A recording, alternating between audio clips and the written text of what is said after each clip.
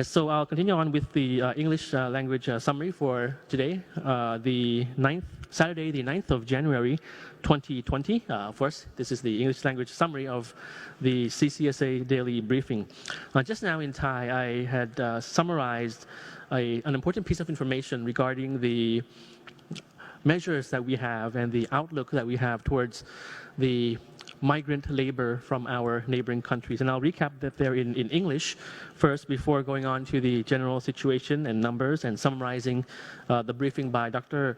Taweesin. So under the leadership of Prime Minister General Prayut Chan-o-cha, we recognize that this pandemic of a global scale knows no nationality, knows no race, knows no color, gender, age. Of course, it is therefore very important to know that we have always regarded migrant workers from neighboring countries as none other than those who have come to help drive forward the Thai economy in various industrial sectors. So as such, they deserve to be treated, of course, with dignity and decent welfare and the same medical attention that we provide to Thai labor in Thailand. In this regard, it bears important in repeating that migrant workers from neighboring countries can be rest assured that we will regard you as significant contributors to our economy. And of course, with the view of facilitating the stay of migrant workers, a few weeks ago, the cabinet approved with special measures to allow migrant workers from Cambodia, Myanmar, and Laos PDR to legally work in Thailand for a period of 2 years, provided that specific conditions and requirements are met, and details will be announced by the relevant agencies. The government, under the leadership of the Prime Minister, gives importance to the provision of the best possible medical care according to our healthcare system's capability, which is actually globally recognized for its excellence. So this is carried out irrespective of nationality, race, gender, religion.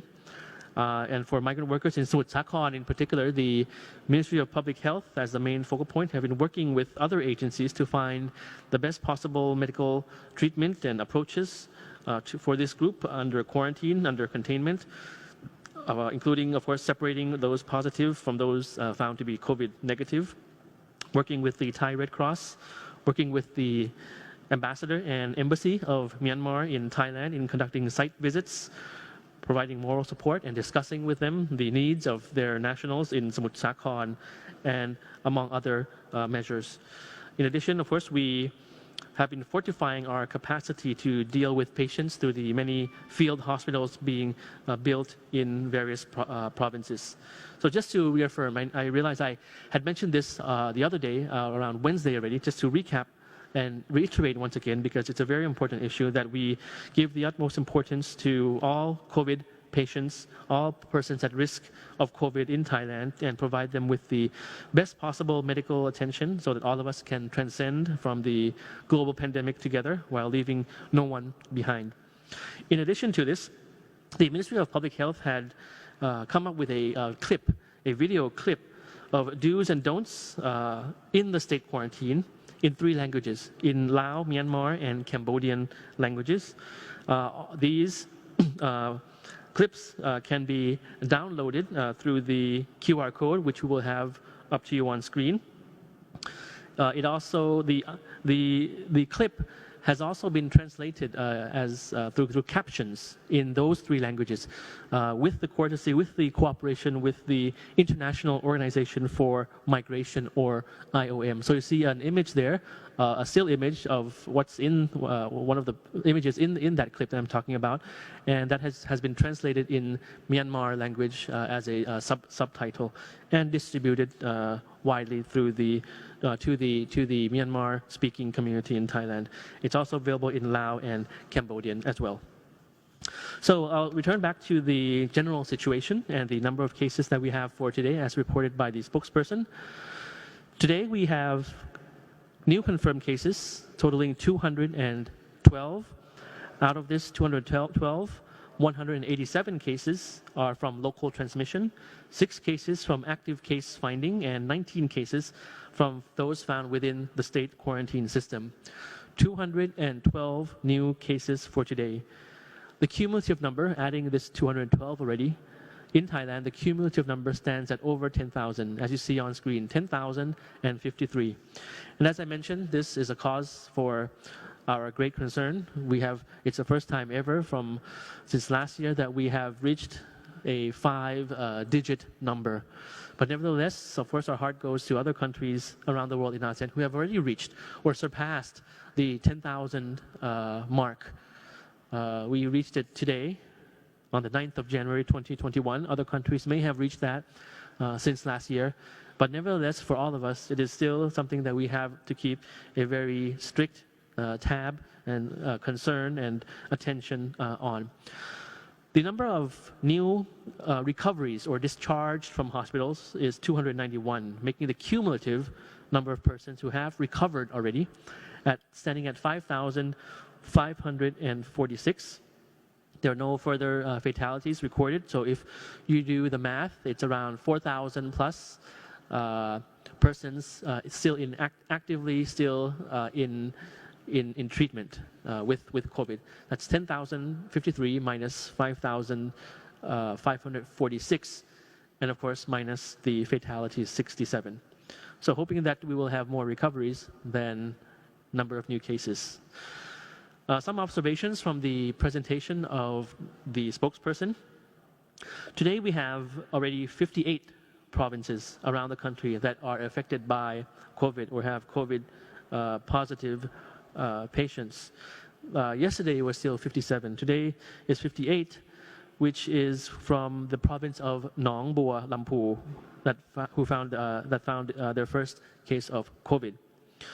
The numbers, of course, that we show to you every day, be it the number of infected persons, the various charts that we have about the different information that we have about different provinces, different dimensions of that analytical charts and graphs that we show. These numbers are actually constantly evolving and very, very dynamic. So as I've mentioned before, we try to provide you with the most updated information, but there has to be a cutoff time, obviously. So our cutoff time for information is basically at 12 midnight each day. And on a 24-hour interval basis, I think that is very understandable and acceptable as international standard in updating the numbers once a day, every 24 hours. Doing it twice or more per day might cause confusion, and throughout the day when different provinces or agencies update their information, we have that number of hours to collate the information, analyze it, and just to make sure that we are not double counting to avoid any discrepancy. For example, some numbers that you saw in the past, like 900 that you saw in the news the other day, that is actually in a span of 3 days found in one particular province. And within that 900, some of the cases have already been included, tallied, and reported in the numbers of the CCSA. So that's just one example, and the reason why we cut off this dynamic and evolving numbers and information every 12 midnight to avoid discrepancy and to make sure that we have the right numbers for you. I think that's of acceptable standard for 24 hours. In any case, we communicate with the public, both in English and Thai, through our social media platforms throughout the day as well. As an example, yesterday we had a meeting with a big number of members of the media, around 30 plus members of the media, including online media, traditional media, new media as well, to talk about the way that which should be improving our work, the work of the CCSA. All, of course, because we want to work better for the public and provide information and communicate in the most effective way. The Public Relations Department, of course, was also in attendance, and that they also have representatives actually in each and every province in Thailand to help disseminate all the information that we have presented to you during these briefings. So thank you very much to members of the press who attended the meeting. We hope to continue to improve our work together. This English language briefing is also for, of course, the English language, the foreign press as well. So thank you for your coverage, your timely and your accurate coverage of all the information that we have presented to you. The spokesperson just gave a soundbite. The fire is still not out yet. If you compare it to a volcano in Thailand, you have the daily numbers being in the hundreds. Today was 212 The other day was 500 plus. So it's still there, it's still coming. The fire is still not out yet. We still have to be very, very careful, hoping that the new cases each day will not go beyond these high numbers. And once again, we discourage travel, interprovincial travel.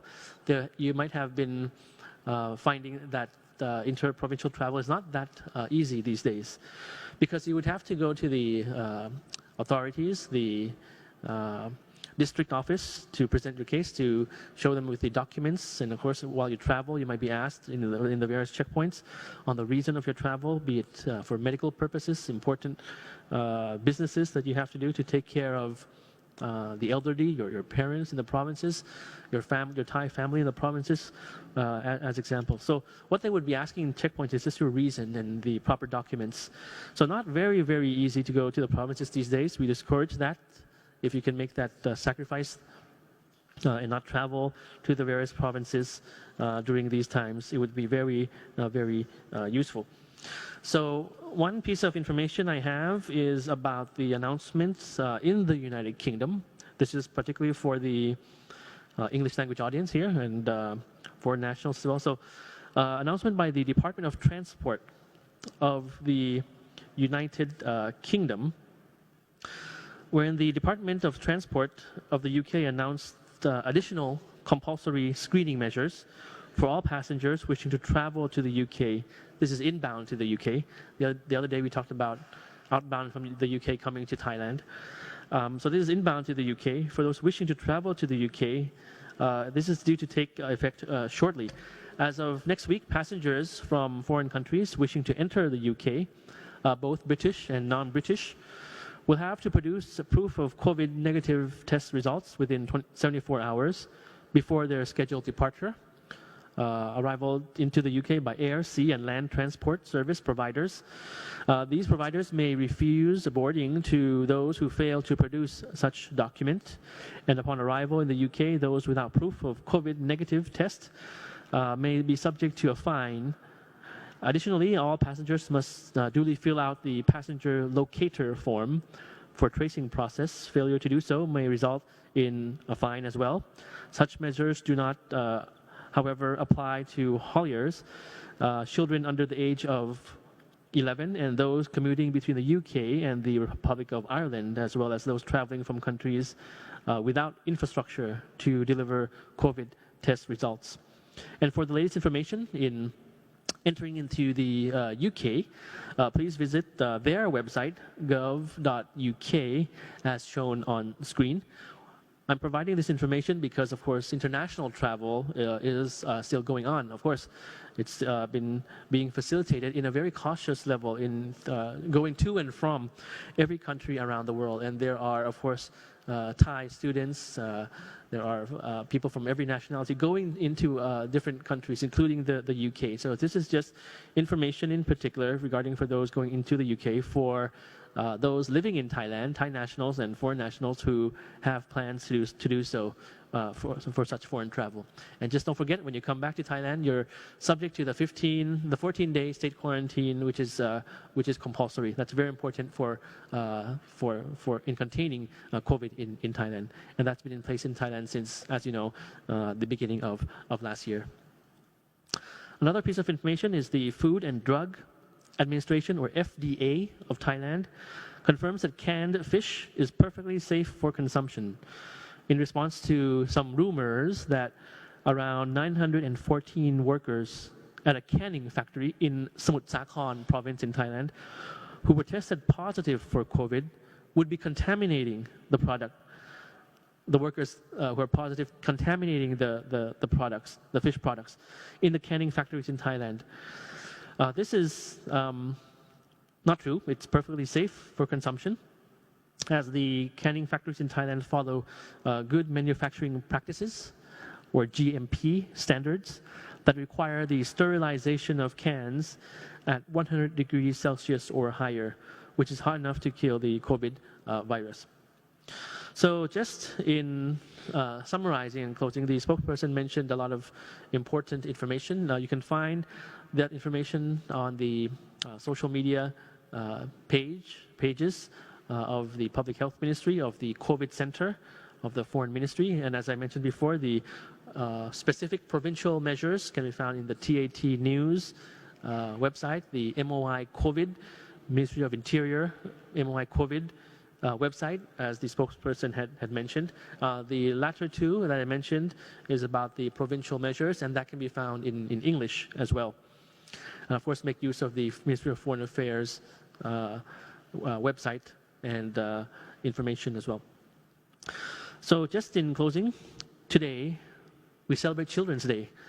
In Thailand, we celebrate Children's Day on the second Sunday of the month of January, and this year it's celebrated today on the 9th of January. Usually at the government house, the Prime Minister's office, they hold a live broadcast. They have various activities with children being invited to sit in the Prime Minister's office chair.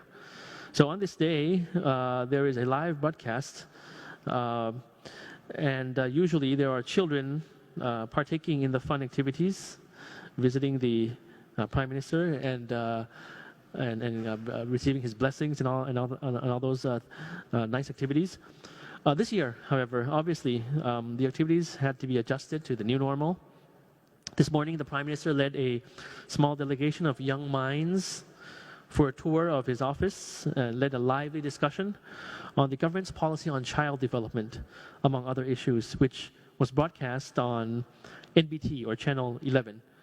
The Prime Minister's Children's Day slogan is issued annually, and this year's Children's Day slogan is เด็กไทยวิถีใหม่รวมไทยสร้างชาติด้วยพรรคดีมีคุณธรรม And in English, that is Thai children in the new normal, synergizing for the betterment of the nation with loyalty and virtues. So, of course, our very best to the young generation, the future of Thailand, the future of the world, that they will grow up to have stronger immunity to the various challenges that we face today. In the meanwhile, have a wider perspective of the world, a wider global perspective, and understand and love people from different nationalities, races, people who think differently, people who look differently. That's very important for the younger generation. We try to close the generation gap in Thailand. That's what we're trying to do as well. So for Children's Day, usually parents would take their kids to museums, booths in government offices in Thailand, in various private sector locations, shopping malls, to participate in various fun activities. This year, many activities have been moved online, as you know, were postponed. And in this light, we'd like to ask your kind cooperation to avoid visiting places that would attract large gatherings, which may put your children and young people, of course, at risk of infection. If visiting any places of congestion, please be sure to strictly adhere to the health guidelines that we have repeated once, twice, thrice, 20 times already. The guidelines observing DMHTT. You would know already what that stands for, DMHTT, as well as in parallel use and download Thaichana and Mochana applications. So thank you very much for your kind attention today, and we'll see you again tomorrow on Sunday. Happy Children's Day. สวัสดีครับ ครับขอบพระคุณนะครับท่านณัฐภานุ